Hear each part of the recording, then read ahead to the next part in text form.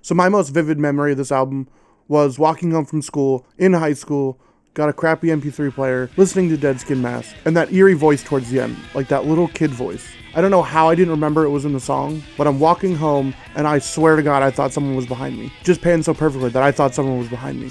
I fucking jumped out of my skin, I had goosebumps, and I scared the shit out of myself. And come to find out, I mean, I knew it wasn't a little kid voice, but it was one of their friends. Today, let's look at the story behind Slayer's ultimate triumph, Seasons in the Abyss. How did they blend the brutality of Rain and Blood with the darkness of South of Heaven to create the perfect Slayer blend? Join me as we dive deep into the evolution of their sound, the meticulous crafting process, wow, flawless as always, and the unforgettable impact of this iconic album.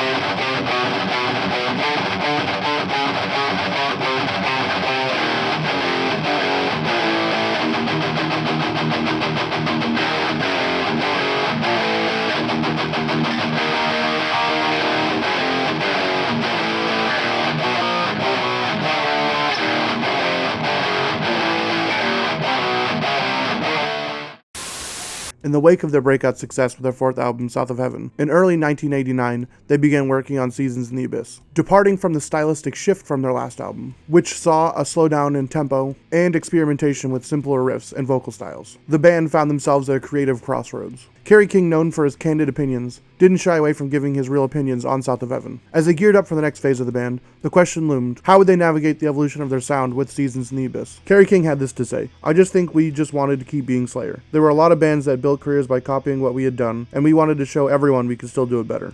Tom Araya also emphasized the meticulousness of the writing process for Seasons in the Abyss, striving for perfection with every riff and lyric. It marked a return to collaborative songwriting for the entire band, with Tom recalling that this was the last time that the band worked collaboratively like that, rather than bringing in pre-written songs. Working closely together with longtime producer Rick Rubin, the band entered the studio in March of 1990, and what would be Rubin's last time for actually helping them shape songs for an album. In later years, he would just come in at the end of the process and give his final approval on the songs. Over the course of 4 months, the album took shape, culminating in its release towards the end of the year. Just 2 weeks before its release, Slayer embarked on its most ambitious tour. The Clash of the Titans tour began on September 22nd, 1990, and featured the other thrash titans of the era, Megadeth, Anthrax, and an opening band, Alice in Chains. It was a defining moment for Slayer. They were playing to bigger audiences on a bigger stage, and with this tour they solidified themselves as metal legends. Seasons in the Abyss hit shelves on October 9th, 1990. The album would feature 10 tracks, 2 of which would become singles, the title track and Spirit in Black. As the band embarked on the Clash of the Titans tour, they attempted to shoot their first music video for War Ensemble. They wanted to do it as a live performance, and they just wanted to mimic the parts live but not actually play the song, but the crowd just completely hated that, so they had to play it live and just try and get as close to the track as possible. And as we can see, it was successful for them,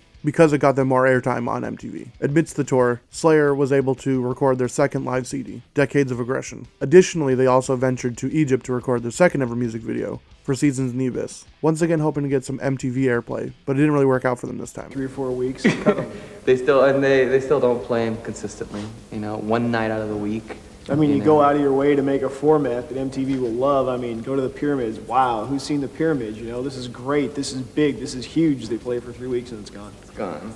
History. So it's like... Seasons in the Abyss marked a peak in Slayer's commercial success, landing at number 40 on the US Billboard 200, and achieving gold status in both the United States and Canada. Praised by critics, the album catered to Slayer's diverse fan base. Songs from Seasons in the Abyss remain staples in their live performances. War Ensemble and Dead Skin Mask are in the top 10 of their most played tracks. War Ensemble was so popular that apparently the soldiers in the Gulf War in 1991 were listening to it. Then I found this little weird tidbit. Seasons in the Abyss, the song, was actually turned into a Christmas cover by a metal supergroup. They named themselves Slayer. And this is something that apparently Jeff Hanneman might have loved because he actually really loved Christmas.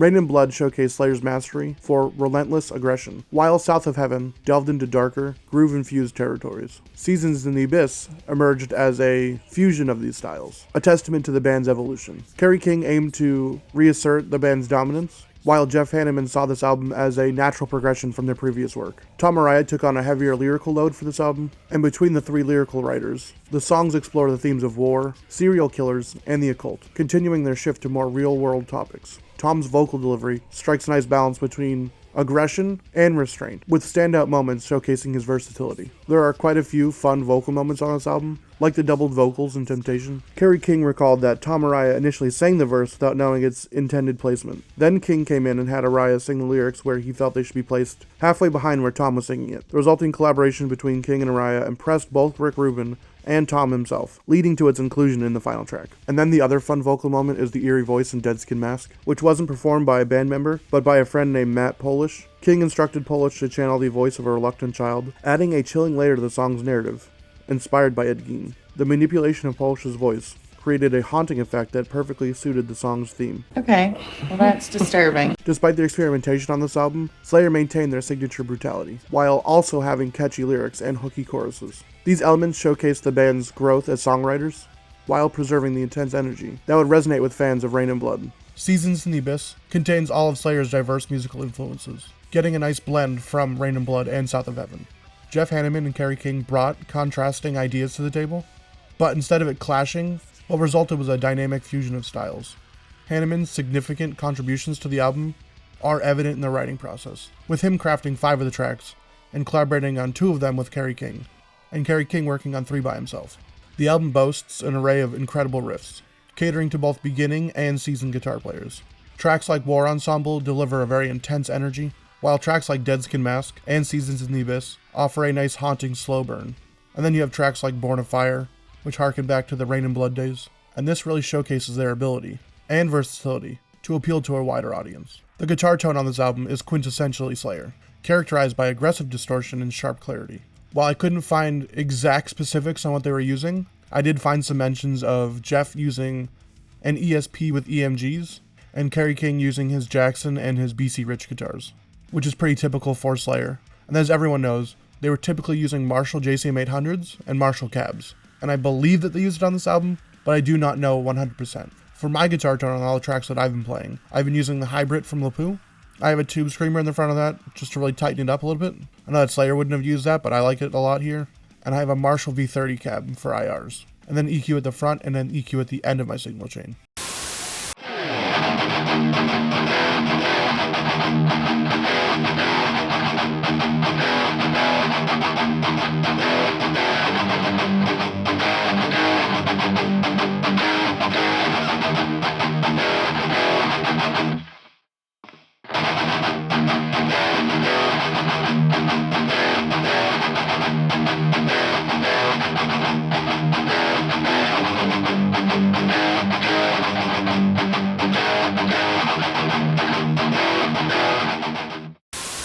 Seasons in the Abyss stands as Slayer's quintessential album, bridging the gap between the ferocity of Rain and Blood and the dark atmosphere of South of Heaven. This is amazing. I love it. With the entire band collaborating, every aspect of the album, from the haunting lyrics to the intricate guitar work, was meticulously crafted. This record further propelled Slayer into the mainstream, peaking at number 40 on the US Billboard 200 and earning them gold records. They also filmed their first 2 music videos and a live CD during this era, solidifying their presence in the music scene. Seasons in the Abyss ranks pretty high up there on my favorite Slayer albums. It might be my favorite, but it's definitely tied with South of Heaven. It's just packed with iconic Slayer moments, like Kerry King's riff in Temptation in the bridge.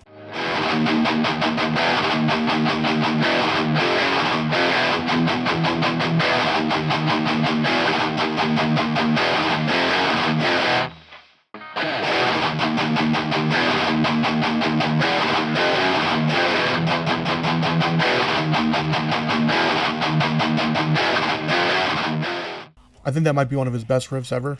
And then you got tracks like War Ensemble that bring me back to Guitar Hero Metallica. I also really love Jeff Hanneman's guitar work on this album. He might be my favorite writer in Slayer, and stuff like the intro to Dead Skin Mask and Seasons in the Abyss, where the dual guitar play creates a captivating guitar interplay. And then you have Tom's vocals and lyrics, which just add a very dark, poetic depth to this album. And even Kerry King's lyrics, especially on Temptation, are just top notch. For me personally, Slayer shines brightest when Jeff Hanneman's writing the guitar parts and Tom's writing the lyrics. And you can really see it on this album and South of Heaven, that when you have those two combined, I think they make really good songs together. And then if you add that with some of Kerry King's writing, I think that is when Slayer is at its peak. Unfortunately though, Seasons in the Abyss marked the end of an era for Slayer. This was the last album for about 10 years that would feature the original lineup. Dave Lombardo left in 1992, creating a void in the band. And I feel like this altered their sound a little bit with the new drummer, but there was also a shift in the dynamics of who was writing the guitar parts. We saw Kerry King take over a little bit more. And then you have Rick Rubin, who wasn't really helping them shape the songs anymore. He was just coming in at the end of the process. And I think this created a shitstorm for the band for a little bit. But with Seasons in the Abyss, they were able to start out the 90s on the right foot. Then they went on that massive tour with the Clash of the Titans. And that tour was a really good send-off for thrash, because grunge took over. Despite the changes within the band, Seasons in the Abyss remains a cornerstone in Slayer's discography, uniting fans with its enduring significance and musical brilliance.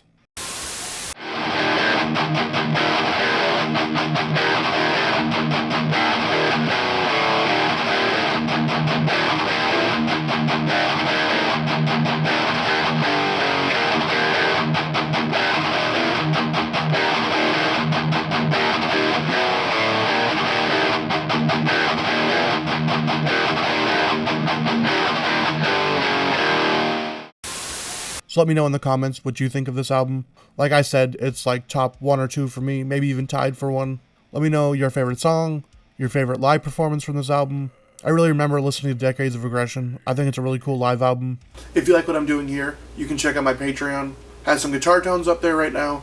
I want to add more stuff in the future, maybe add some memberships and stuff. Right now I'm just putting out some guitar tones on the HX Top. And then if you like this video, I want you to check this one out right here. I looked at Slayer's South of Heaven. I did a guitar tone for the album, looked at the history behind it, looked at some of the songs, and gave my opinions on the album. So if you like this one, you might like that one. Thank you everyone for liking, subscribing. It really means a lot to me. I've really grown pretty fast in the last few months, and I'm trying to up the quality and what I'm doing. So thank you everybody. Peace.